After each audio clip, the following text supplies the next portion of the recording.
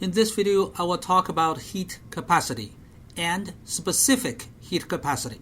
So first, what is heat capacity?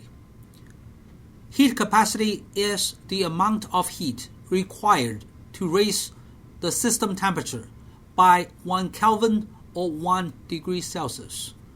Therefore, we can use this equation to compute heat capacity given the amount of heat and the change of temperature. Heat capacity is denoted by this uppercase C. What's specific heat capacity?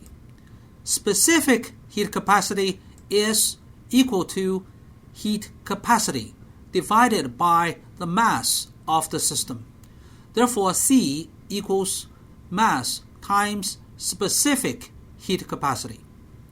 And then we have another equation to compute the heat flow. Given the mass, the specific heat capacity, and temperature change of the system, Q equals mass times specific heat capacity times delta T. Again, the product of mass and specific heat capacity is equal to heat capacity C.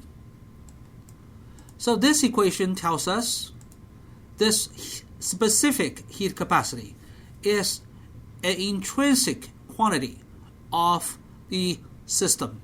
For example, 1 gram of water versus 1,000 grams of water, they have exactly same specific heat capacity.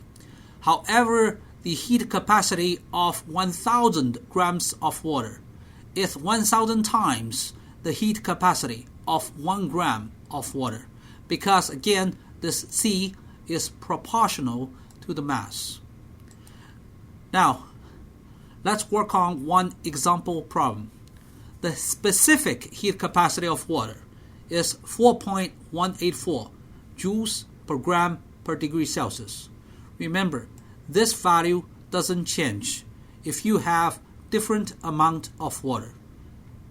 Now let's compute Q. When the temperature of 2.000 kilograms of water changes from 15.00 degrees Celsius to 20.00 degrees Celsius, what's the amount of heat? Very simple, we'll use this equation. Q equals the mass times the specific heat capacity times the change of temperature. The mass is 2,000 grams. The specific heat capacity is 4.184 joule per gram per degree Celsius. And delta T is from 15 to 20. Therefore, delta T is 5.00 degrees Celsius. We do this multiplication, the mass here, the specific heat capacity here, the temperature change here. The result is 41.84 kilojoule, or 41,840 joules. Look, this gram is not the SI unit of mass. Kilogram is the SI unit of mass.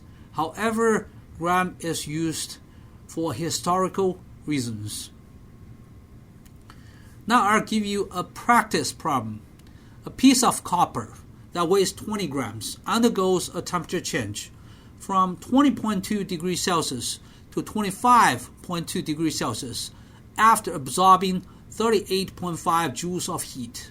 Now I'll let you calculate the specific heat capacity of copper and then the heat capacity of 20.0 grams of copper. Remember, the specific heat capacity does not depend on the amount of copper. However, the heat capacity does depend on the mass. Therefore, I need to provide you the mass of the copper so that you can multiply the specific heat capacity and mass to obtain the value of the heat capacity. Again, the answer is in font size 2.